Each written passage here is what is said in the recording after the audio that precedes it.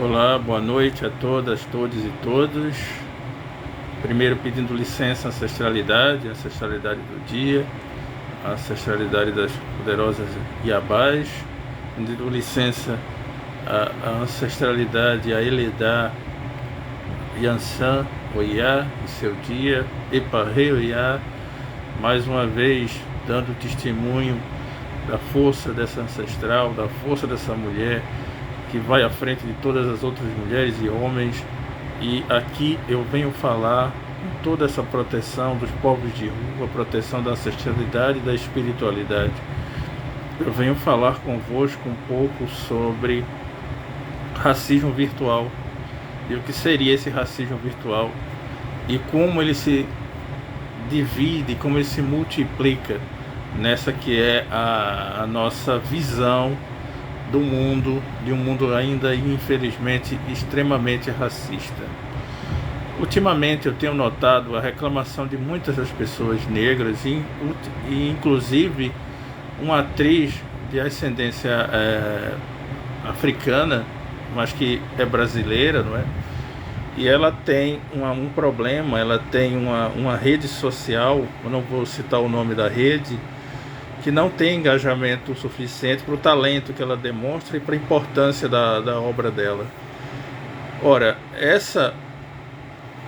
aparente, vamos dizer assim,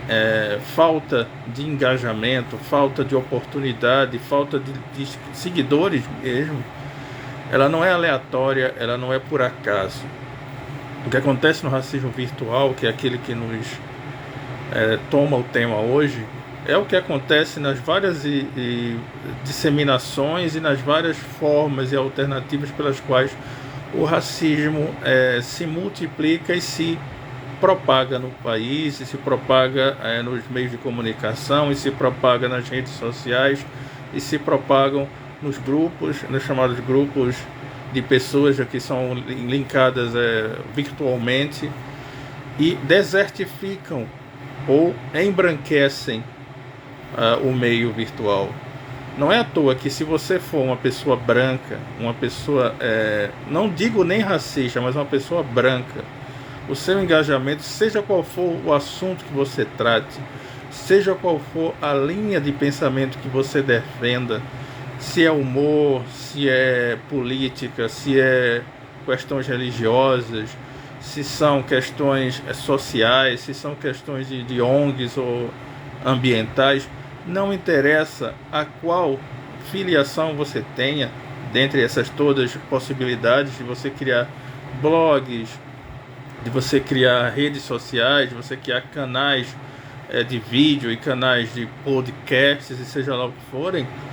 todas essas redes, todas essas possibilidades, elas vão estar limitadas para pessoas negras e ilimitadas para as pessoas brancas. Esse não é um discurso vitimista, não é um discurso do chamado mimimi, que tem origem, eu vi essa expressão e explicação muito em voga ultimamente por conta do 20 de novembro, não é? Que passado, nem tão passado assim, que diz que o mimimi é uma corruptela do mim, né? O eu, para mim, que seria uma espécie de acusação de egocentrismo e de extremo individualismo negro, quando na verdade o que se quer é o contrário, quando na verdade o que se quer é defender aquilo que se perdeu ao longo desses séculos de escravização e esses séculos de subjugação ou tentativa disto, que faz com que todas as pessoas negras até hoje tenham problemas institucionais, acadêmicos, profissionais. Saiu um dado relativo a 2020 do IBGE, uma pesquisa de amostragem do IBGE, que denuncia que o maior número de desempregados está entre as pessoas negras. O maior número de pessoas que ganham menos, e muito menos, mais de 50% menos, uma pessoa branca numa função A ganha em torno de 3.000 a 3.000 e poucos reais, e uma pessoa negra na mesma função A ganha menos de 1.800 reais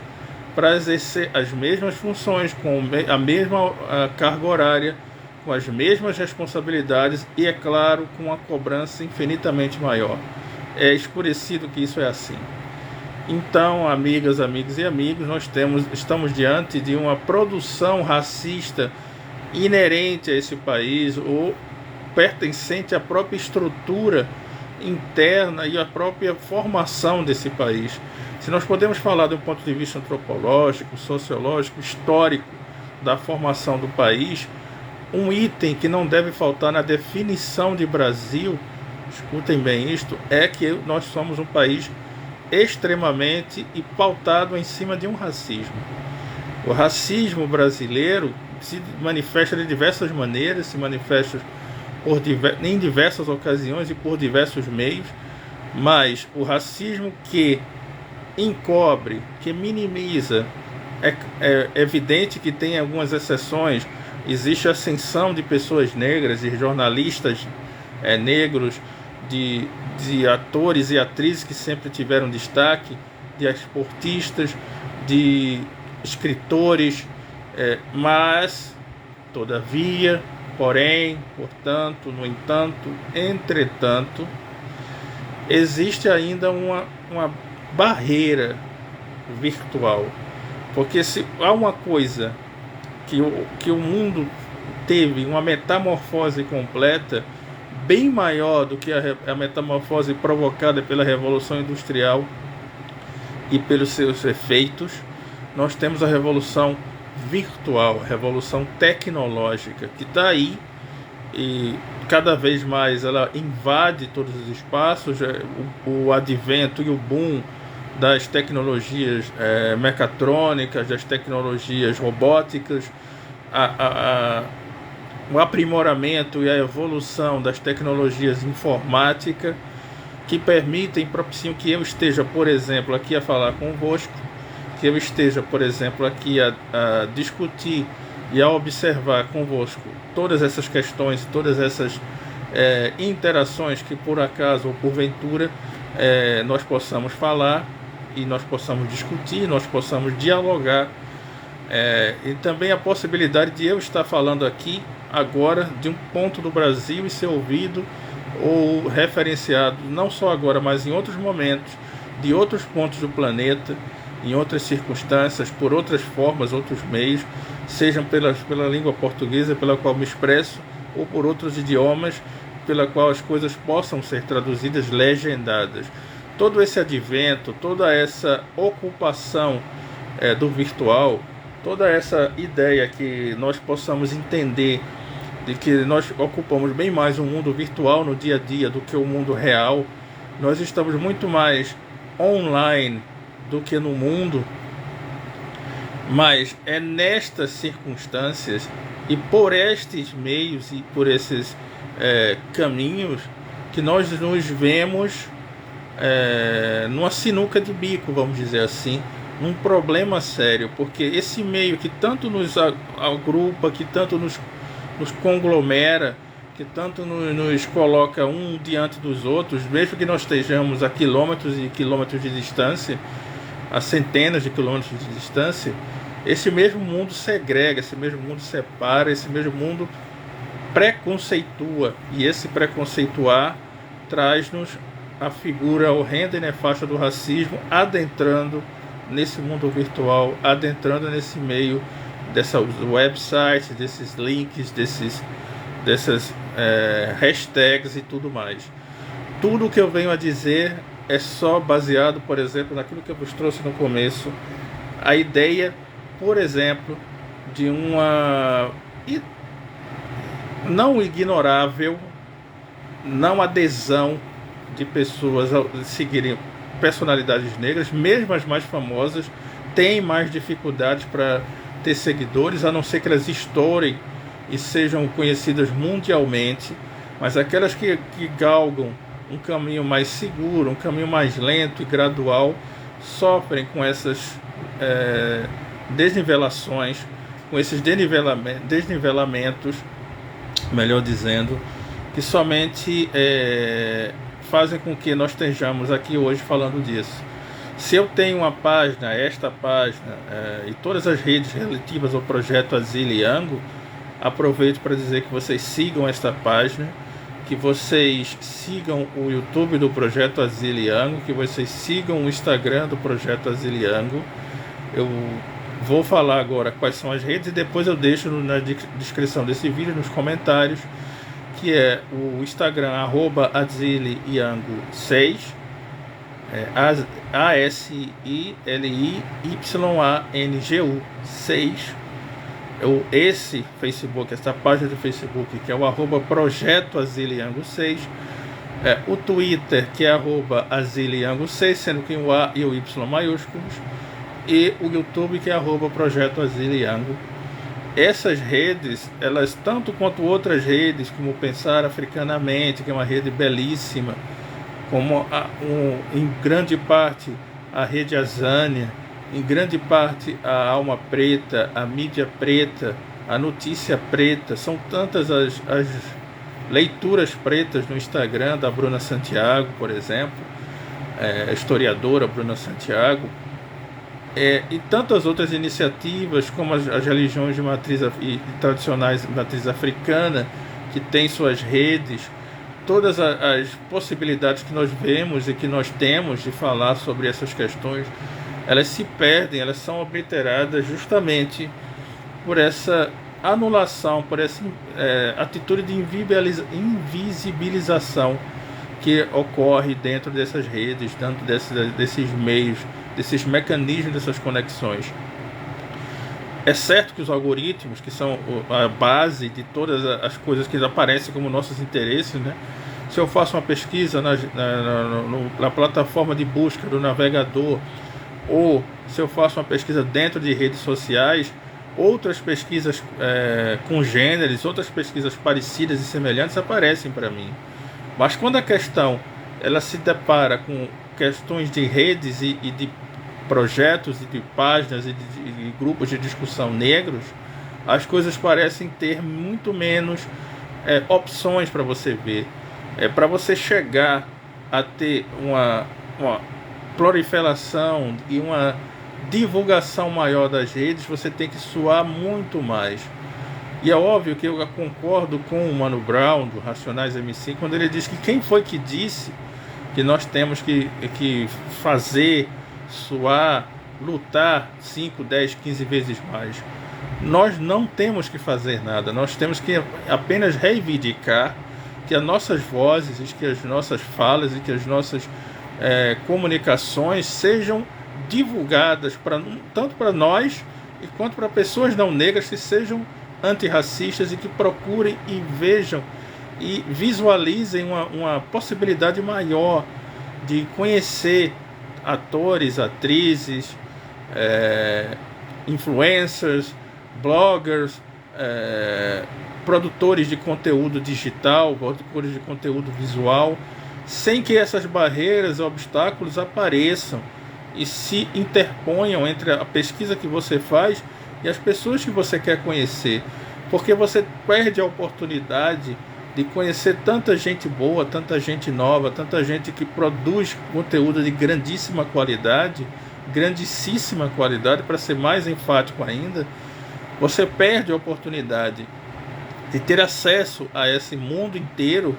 porque as opções são restritas. Se você fala de política, você tem uma pessoa branca para falar de política,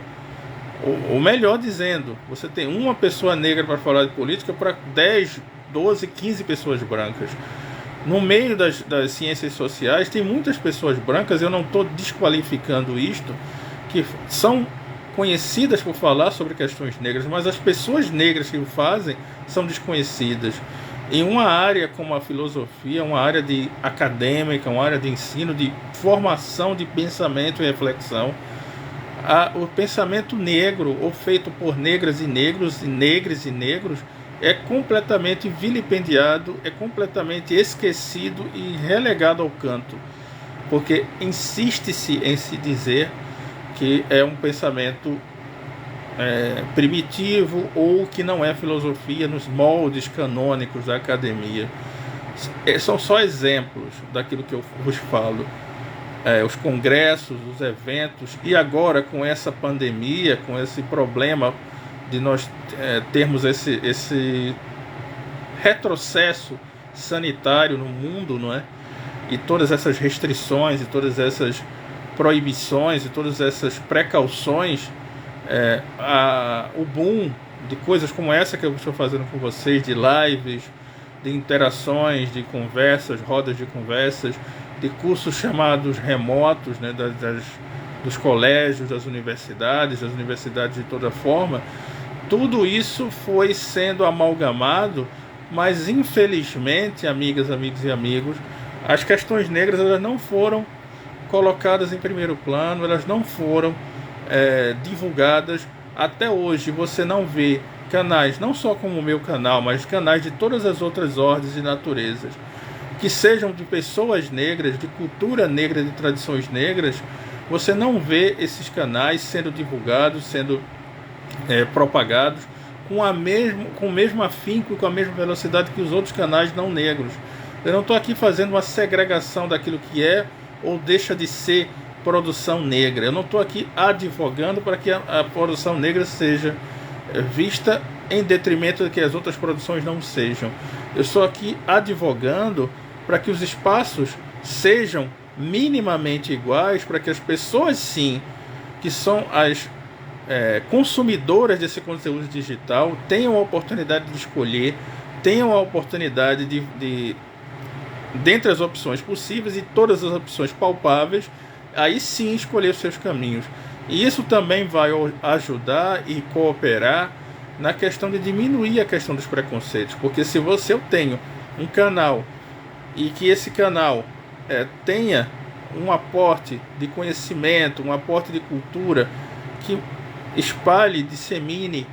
uma cultura negra de qualidade, eu obviamente que vou poder falar, como a minha grande amiga Andréia falou numa live conosco no Instagram, sobre a eugenia no Brasil. É um assunto que a eugenia praticada principalmente contra as pessoas negras no Brasil, e num Brasil não tão distante do nosso, num Brasil que estava perfazendo aqueles idos da Semana de Arte Moderna, ou seja, quando nós tivemos o surgimento, a eclosão, a emersão de um grande movimento de vanguarda, de um grande movimento de restauração da cultura, nós tivemos, concomitante a este movimento, uma resistência conservadora, uma resistência racista, que foi disseminada da mesma forma e que não é conhecida, e que não é propalada, e que não é discutida. E se muito, ela se prende às cadeias e às discussões obtidas no meio acadêmico e não mais. Então todas essas circunstâncias, amigas, amigos e amigos, fazem-nos ver da falta que faz vocês terem acesso a conteúdos negros, o trabalho que nós temos de produzir esses conteúdos com muito esmero, com muito afinco. Eu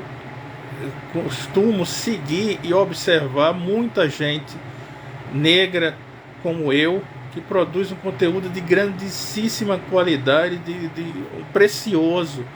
profissionais das mais diversas áreas, da psicologia, da história, da filosofia, da antropologia, da medicina, das diversas áreas dentro da medicina, do direito. Tem canais que explicam tanta coisa, que falam de tanta coisa, das artes, das arquiteturas, das danças, do teatro e tudo mais, que tem tanta coisa para dizer, tantas pessoas que tem tanta coisa para mostrar, como meu grande amigo Carlos Maia, como a minha grande amiga Jo Gomes, grupos de estudos e pesquisas como a Zânia, que é um grupo que se debruça muito sobre as questões negras, e não só questões negras, mas também questões negras, grupos espalhados pelo Brasil, de incentivo, organizações não governamentais, coletivos de pessoas negras, coletivo das mulheres periféricas aqui no Recife, em Pernambuco, a Coalizão Negra por Direitos no Brasil todo, as mandatas, que são aqueles mandatos coletivos, que são as novas inovações da nossa política partidária eleitoral, não é? Por exemplo, de Niterói, que tem um quilombo Chicamanicongo, o pessoal de Niterói com a vereadora Beni Brioli, e toda a sua equipe. São tantas as opções e oportunidades que nós temos, tantas as pessoas que fazem tantas coisas. Em São Paulo, a Erika Hilton, na vereança de São Paulo, e a Erika Malunguinho quanto deputada estadual. São tantos os nomes, são tantas as alternativas que interseccionam lutas, não só a questão negra, mas a questão da LGBTQIA+, a questão das mulheres negras, do mulherismo africana, a questão do empreendimento negro, a questão da economia feita por pessoas negras, a questão de todas essas virtudes e todas essas encruzilhadas, elas são apagadas das redes virtuais, o que é aquilo que eu venho chamar a atenção aqui, um racismo virtual, um racismo escancaradamente posto de forma virtual, porque todas essas iniciativas, elas são há muito esforço conhecidas, se você for aquele que vai procurar, vai peneirar e vai investigar, tal qual um investigador que fique anos e anos a fio sobre um tema. Ele vai procurar caminhos, ele vai procurar sendas e becos que cheguem àquele lugar de uma forma mais consciente. E diante desses algoritmos que negam o avanço e o aumento de pessoas que consumam aquele conhecimento e aquele conteúdo sob o pretexto de que não interessa a tanta gente, isso só faz, em primeiro lugar, fomentar e fermentar o racismo de todas as suas variantes, sejam elas virtuais ou institucionais, acadêmicas, sociais, econômicas e profissionais, e assim por diante. Além de fomentar e fermentar e fazer crescer esse racismo através desse racismo virtual, evita que essas grandes iniciativas e manifestações ganhem o público, atinjam seus objetivos. No caso de uma ONG que tente proteger as mulheres negras de toda a sua solidão, da violência que sofrem há séculos, esses grupos, essas conexões, essas comunicações são rompidas quando nem feitas são. Então isso prejudica o futuro, isso prejudica o presente, isso prejudica uma melhora do presente dessas pessoas, dessas condições. Isso prejudica e muito a concentração de elementos que melhorem a nossa realidade. E, por enquanto, e em detrimento disso, nós temos notícia de todas essas chacinas promovidas pela segurança pública, pelo poder estatal, pelos seus braços policiais, por todas essas questões que fazem com que pessoas negras morram. Nós vimos recentemente um caso absurdo de uma pessoa negra que foi, independente se ela é culpada ou não, se ela é uma pessoa que infringiu uma lei ou não, ela ter sido algemada numa motocicleta numa grande cidade e ter sido colocada em movimento com essa bicicleta. Isso é um resquício dos anos de escravização. E na fala de uma juíza de direito dizer que não vê nada demais nisso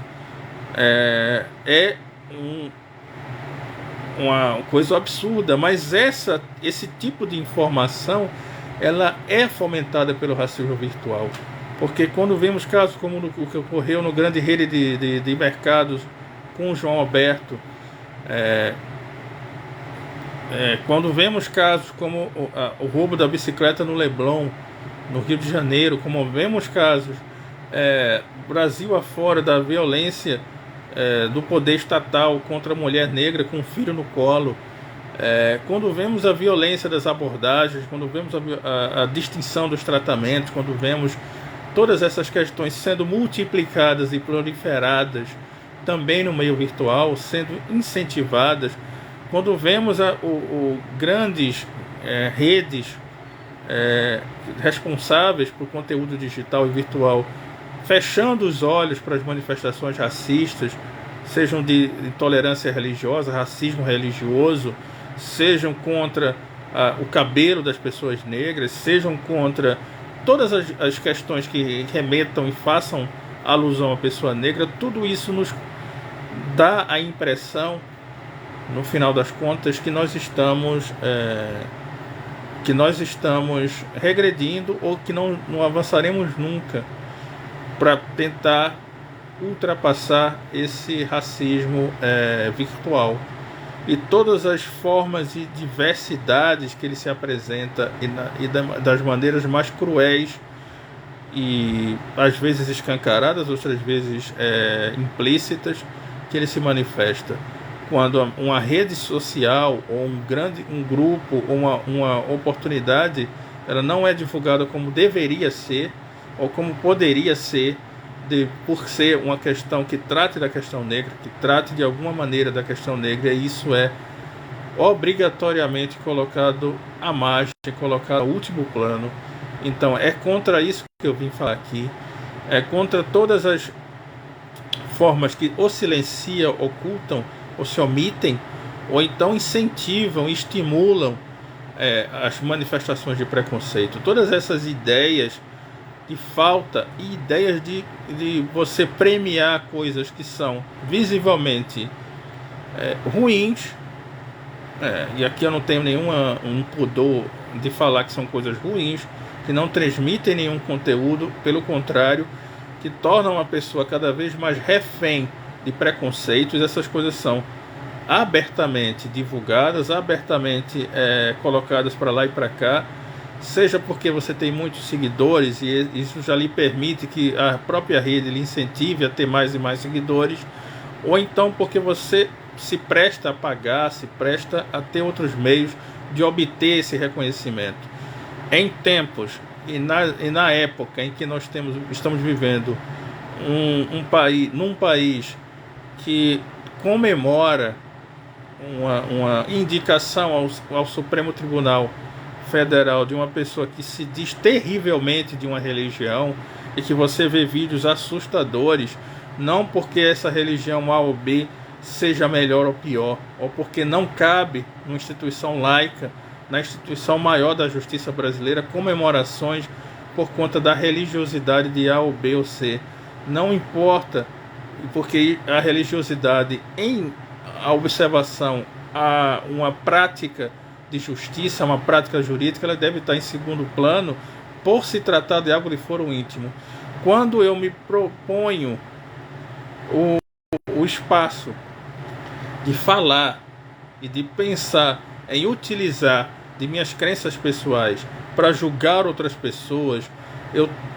estou decididamente num país extremamente perigoso,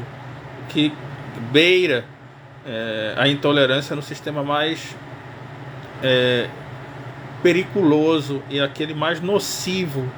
à liberdade, à nossa liberdade. E a pessoa negra deve ter liberdade de expressar no maior dos seus atributos e nos seus predicados, não só as suas crenças, mas também aquilo que queira dizer, aquilo que mereça ser dito e aquilo que possa ser divulgado com igualdade ou igualitariedade, melhor dizendo, de condições. Porque se a pessoa decide não consumir determinado produto, é uma escolha, é uma opção, é a que as pessoas que colocam aquele produto no mercado sofrem por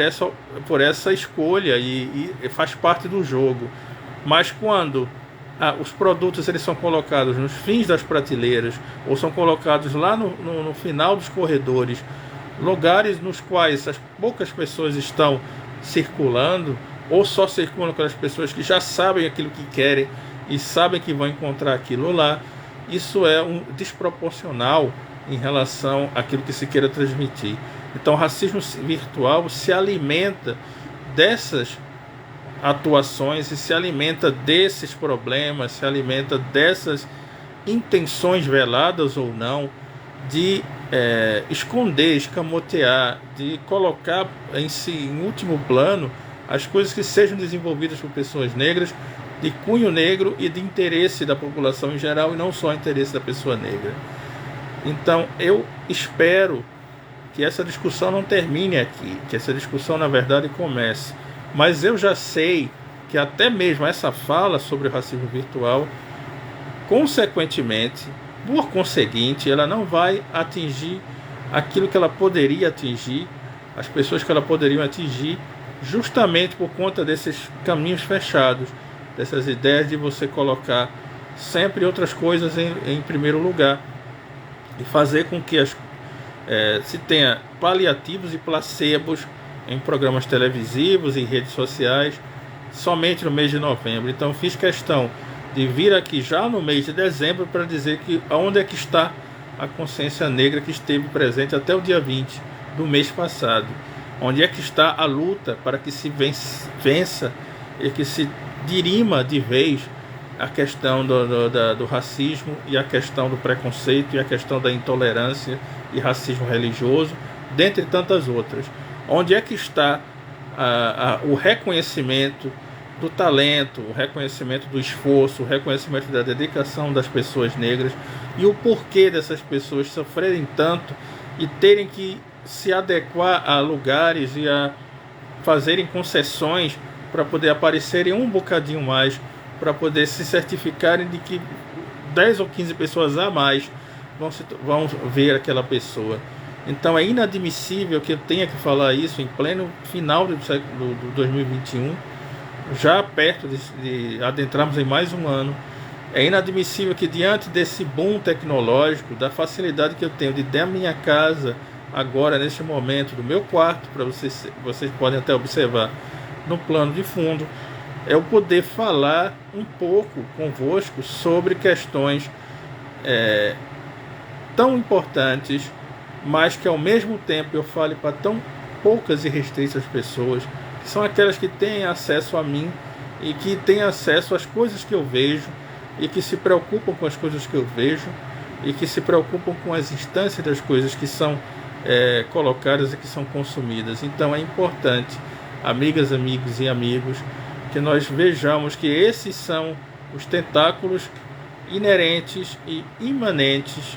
ao racismo virtual, não só aquele das nossas redes virtuais de sempre, mas a desertificação da luta negra, da consciência negra, por parte de uma divulgação pouca, pífia das questões, de uma divulgação ainda que engatinha diante das velocidades supersônicas dos monotipos de coisas que vão caminhando a 300, 400, até rompendo a velocidade do som, de coisas que não são do meio, que não são da área, que não fazem nenhuma alusão positiva à questão negra. Então, nesse tempo, nessa época, é de reflexão, é de concentração e de consideração dessas coisas, porque é cansativo você ter que estar aqui falando disso, perder seu tempo no fim de semana para poder tentar entender, compreender o porquê o algoritmo ele é tão questionável nessa questão. E nós temos a ideia bem escurecida, bem colocada. É porque quem programa o algoritmo já o faz assim. E ao fazê-lo assim, nós teremos sempre o mesmo estado de coisas, sobre as mesmas circunstâncias, e estaremos sempre reclamando das mesmas coisas, que torna uma coisa monótona. As pessoas começam a falar e fazer aquele velho ciclo vicioso de apelar e invocar o argumento do mimimi e do vitimismo. Quando você não consegue romper esse ciclo doentio, nefasto, devastador, nós estaremos sempre sendo de vítimas constantes, sendo colocados enquanto vitimistas. Ou quando não se ofende e não se ataca, se ofusca e se apaga. Deixo convosco esse pensamento e espero que um dia nós possamos discutir isso com o maior número de pessoas, não só neste canal, que é um esforço não só da minha, mas da nossa ancestralidade, mas em todos esses canais citados e os não citados, em todas essas maneiras e programas e ideias que consigam romper, de certa forma, quebrar esse arame farpado do racismo virtual que impede que as coisas fluam, que impede que as coisas sejam publicadas. Um grande público que, para uma coisa negra ser vencer todas essas barreiras e obstáculos, nós temos no momento nós temos um super-herói e uma história de super-heróis, que é algo que está tão consumido, tem tantas produções, nós temos uma figura, uma personagem negra nesse meio. Então, só por isso, em sermos tantos, em sermos grande parte dessa população, e no Brasil sermos a maioria da população, nós merecemos mais espaço, e para isso nós temos que vencer todo santo dia, de 24/7, ou seja, de 24 horas a cada 7 dias da semana. Nós temos que ultrapassar e pular essas barreiras. Nós sempre saímos 500, 600, 700, 1 quilômetro atrás das pessoas não negras para correr uma corrida curta de 100 metros rasos. Então, só por isso nós temos grandes dificuldades, mas nós temos que continuar lutando e continuar colocando o dedo nessa ferida, porque ela não pode ser o tempo todo incicatrizável em nós. Então era esse o recado de hoje, sobre o agradecimento e a gratidão à ancestralidade do dia feminina, a mamãe Oiá, por esse dia, por essa reflexão sobre a força e a impetuosidade, que os ventos dela levem essa mensagem ao mais longe possível, de 1 ou 2 pessoas a mais já são importantes, já são relevantes, e que isso seja daqui para frente uma tônica, uma constante, não só aqui nesse canal, mas em todos os outros que se disponham e se destinem a falar de coisas tão importantes. Então, muito obrigado, uma boa noite a todas, todos e todos, um bom fim de semana e até a próxima.